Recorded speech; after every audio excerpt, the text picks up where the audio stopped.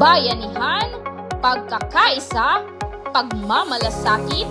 Ngayong Brigada Eskwela 2025, muling ipapamalas ng sambayanang Pilipino ang diwa ng sama-samang pagkilos para sa edukasyon sa temang Brigada Eskwela, sama-sama para sa bayang bumabasa. Ano nga ba ang Brigada Eskwela? Ang Brigada Eskwela ay isang programa ng Department of Education na nagsimula noong 2003. Ang layunin po nito ay upang maihanda ang ating paaralan at maayos ang lahat ng mga kagamitan sa ating pagtuturo para sa ating pag-aaral.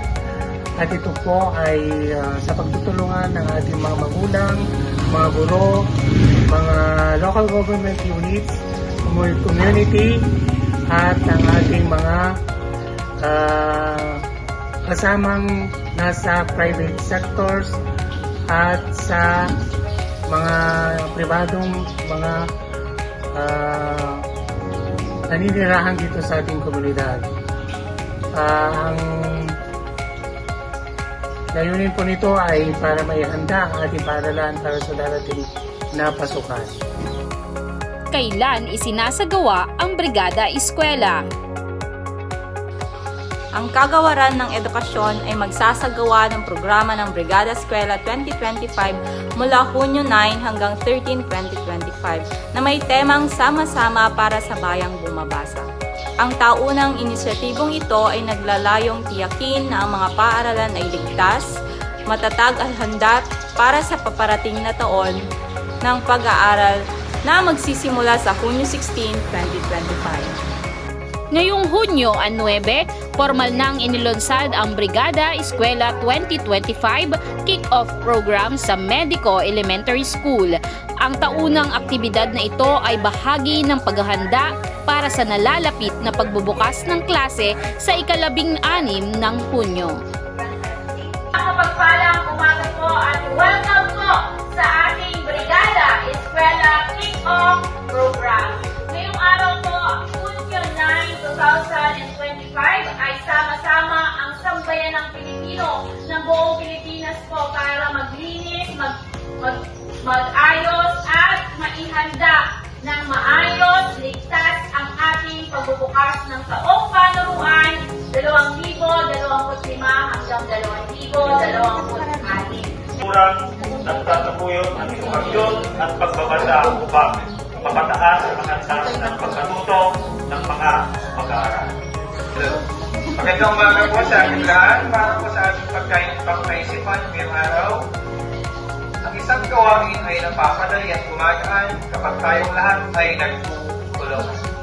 Dito po, ang isang gawain ay napapadali at gumagaan kung tayong lahat ay nagtutulungan. Sa kapit bisig po tayo ulit at tulong-tulong para sa ligtas at handa na pagbubukas ng klase. Hindi lang po yun, pati tulong-tulong po tayo sa pagkaisa para sa isang taon na namang maganda at ipagkasama. Yan po, maraming salamat. Mga magulang na nandito, dumalo at nag-iisa sa ating Brigada Eskwela. Ngayon po, isang libo tayong maghahanda. Ihanda po natin ang ating paaralan. Ihanda po natin ang ating kaso. Ihanda natin ang ating mga bata para sa pasukan sa darating na ito. So, sa pasukan, mag-aaral na lang ang ating mga bata. Matapos ang maikling programa, agad na nagtulungan ang lahat sa paglilinis, pagpipintura, pagsasaayos ng mga silid-aralan at paghahanda ng mga pasilidad ng paaralan. Makikita sa Medico Elementary School ang pagtutulungan ng mga guro, magulang, mag-aaral at katuwang mula sa iba't ibang sektor. Sama-sama nilang inayos ang mga silid-aralan at binigyang pansin ang mga reading corners at mini libraries upang hikayatin ang pagbabasa.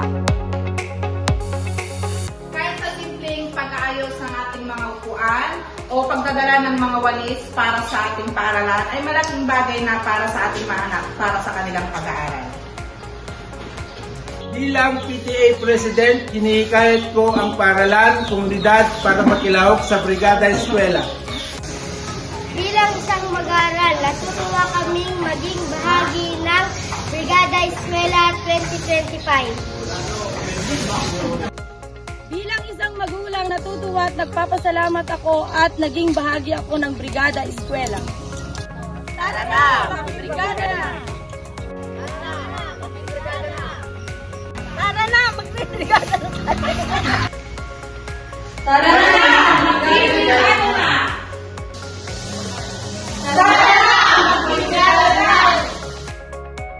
Isinagawa ngayong araw ang paglagda sa Pledge of Commitment ng mga magulang, miyembro ng pribadong sektor at mga voluntaryo bilang suporta sa Brigada Eskwela 2025.